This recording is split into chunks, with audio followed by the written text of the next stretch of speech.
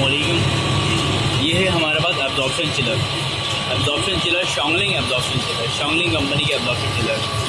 अच्छा, हम आपको ये बताएंगे कि इसके पार्ट्स के बारे में, कि इसके अंदर क्या क्या पार्ट्स हैं, इसकी अहमियत के बारे में, इसके केमिकल्स के बारे में, कि ये किस केमिकल के ऊपर इसकी बुनियाद रखी गई क्या है, और इसकी हिस्ट्री के बारे में। आए हम आपको पार्ट्स के बारे में बताएं। तो बता दीजिए कितना टन का है।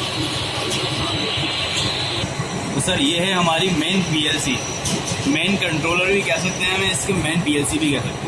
अच्छा, हम इससे हर चीज़ कंट्रोल कर सकते हैं। यहाँ से हम यहाँ से देख सकते हैं कि हमारा सॉल्यूशन कहाँ चल रहा है, हमारे पास हीटिंग कहाँ पर है, हमारे पास कूलिंग कहाँ पर है। इसके अलावा हम यहाँ से हर चीज़ को कंट्रोल कर सकते हैं। जी, हम आपको पार्ट्स के बारे में बताते हैं। ये है हमारे पास एब्जॉर्बर।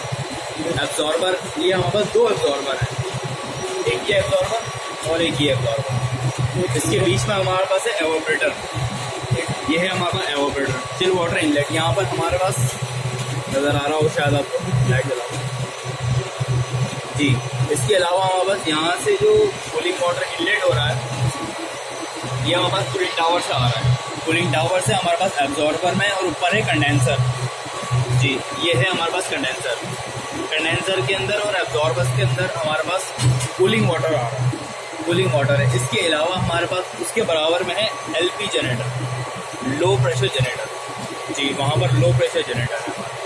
जी, ये है हमारे पास वैक्यूम पंप का ये काम होता है, हमारी मशीन के अंदर जो भी नॉन कंडेंसेबल गैसेज हैं उसको खारिज करना या उसको निकालना।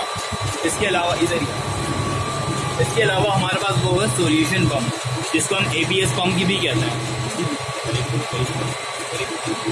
इसे हम ABS पंप भी कहते हैं। हमारे पास ये है सैम्पलिंग वाल्व, इसे हम सैम्पलिंग वाल्व कहते हैं। यहाँ से हम या तो सॉल्यूशन को सैंपल के तौर पे निकालने के लिए या सॉल्यूशन चार्ज करने के लिए इस्तेमाल करते हैं। ऐसे ही हमारे पास है रेफ्रिजरेंट पंप का काम क्या होता है कि एवोपरेटर से चिल्ड रेफ्रिजरेंट जो है हमारे पास जो है वो सक करके यहाँ से इस लाइन के ज़रिए एवोपरेटर के अंदर चिल वाटर की लाइनों के ऊपर शावर करना है। इस लाइन के ज़रिए जो हमारे पास मेन प्रोडक्शन एरिया है, ये कह लें कि उसके अंदर शावरिंग करना है। जैसे मैंने वहाँ पर आपको बताया कि दो हमारे पास एब्जॉर्बर हैं, वैसे एक ये एब्जॉर्बर है और एक इसके बराबर में एब्जॉर्बर है। यहाँ पर जो चिल वाटर की लाइन आ रही है, चिल वाटर की लाइन देख रहे होंगे आप, यहाँ से ये इनलेट है और वहाँ से उस तरफ से ये आउटलेट है। इसी तरीके से हमारे पास ये दो हीट एक्सचेंजर लगे हैं। जी, ये दोनों हीट एक्सचेंजर हैं। ये एक लो टेम्परेचर हीट एक्सचेंजर है, एक हाई टेम्परेचर हीट एक्सचेंजर है। वो जो छोटा है वो बड़ा लो टेम्परेचर हीट एक्सचेंजर है, ये हाई टेम्परेचर हीट एक्सचेंजर है। इसके अलावा हमारे पास ये दो जनरेटर आ गए।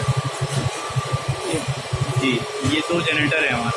ये लो प्रेशर नहीं, ये दोनों जनरेटर ही वैसे है, पर ये फ्लू गैस का जनरेटर है। यहाँ पर ये देखें फ्लू गैस आउटलेट लिखा हुआ है। जी, हमारे पास यहाँ पर सबसे बड़ी बात, ये मल्टी एनर्जी चिलर है। हम इसे बर्नर से भी चला सकते हैं, हम इसे फर्नेस ऑयल से भी चला सकते हैं, हम इसे फ्लू गैस से भी चला सकते हैं। फिलहाल हम इसे फ्लू गैस से चला रहे हैं, जो कि जनरेटर की एग्जॉस्ट है। जनरेटर की एग्जॉस्ट उस लाइन के ज़रिए इन हो रही है और यहाँ से ये आउट हो रही है। ये जी, यहाँ से ये आउट हो रही है, यहाँ से आउट हो रही है। जी, और इसके अलावा इन कहाँ से हो रही है? ऊपर वाली लाइन। अच्छा, ये इन करके वहाँ के इन हो गई और वहीं से ये करके ये आउट हो गई ऊपर एग्जॉस्ट पे। अपना टेम्परेचर रिकवर करके और उसने आउट कर दिया। अच्छा, हमारे पास एक ये जनरेटर है जो कि हमारे पास बर्नर से चल रहा है। यहाँ पर नेचुरल गैस या फर्नेस ऑयल जो भी हम यूज़ करना चाहें हम वो यूज़ कर सकते हैं। फिलहाल हम नेचुरल गैस ही यूज़ कर सकते हैं, क्योंकि अगर हम ऑयल यूज़ करेंगे या डीजल यूज़ करेंगे तो उसकी कॉस्ट बहुत ज़्यादा हो जाएगी। जी, हमारे पास ये गैस रेगुलेटर है, मेन गैस की लाइन आ रही है, ये गैस का रेगुलेटर है। ये हमारे पास प्रेशर गेज लगा हुआ है 20 एम्पायर पे। जी, ये हमारे पास सोलेनॉइड लगा हुआ है। बस ये हमारे पास प्रेशर स्विच वगैरह लगे हुए हैं, टेम्परेचर स्विच लगे हुए हैं।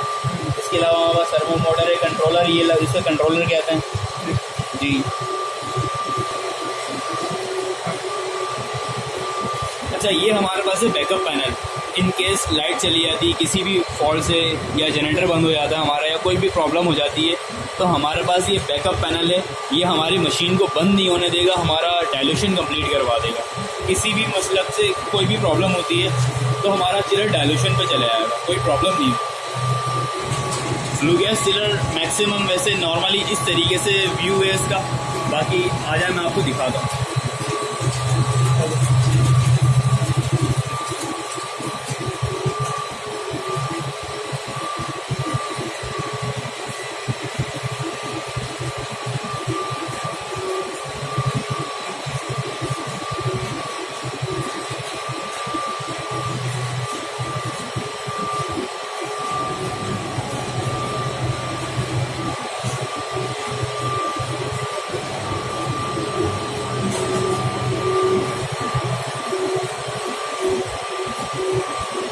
ये है पूरा व्यू फ्लू गैस चिलर का।